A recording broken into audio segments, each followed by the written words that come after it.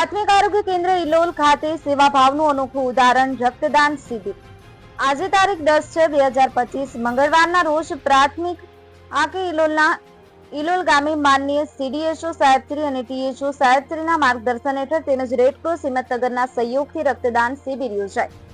PHC ઇલોલના medical officer doctor Meena ઝાંખવાલાના સફળ આયોજન અને પીએચસી ઇલોલ સ્ટાફ તથા ગ્રામજનો અને સેહત હેલ્થ વિંગ ઇલોલના યુવાનોના ઉત્સાહભર્યા સહયોગથી કુલ 21 બોટલ રક્તદાન એકત્રિત કરવામાં આવ્યું, જે અનેક જીવ બચાવવામાં મદદરૂપ સાબિત થશે। 6 દાતાઓએ પ્રથમવાર રક્તદાન કરવામાં આવ્યું।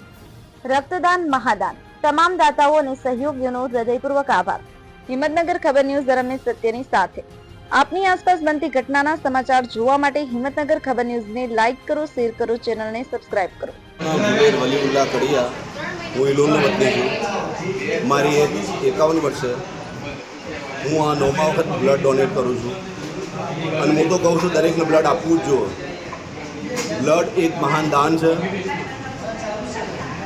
અને બ્લડ આપવાથી કોઈ સાઈડ ઇફેક્ટ થતી નથી, કોઈ પ્રોબ્લેમ થતો નથી, કોઈ ચક્કર આવવા કશું થતું નથી। આ તો બધાની એક સમથિંગ છે કે ગભરામણ થાય કે પહેલી વખત આપે આપણે કંઈ થશે, હું કશું થતું નથી। અને બ્લડ હું તો કીધું દરેક વ્યક્તિ આપે, આપણા બ્લડથી કોઈકનો જીવ બચતો હોય તો સારું।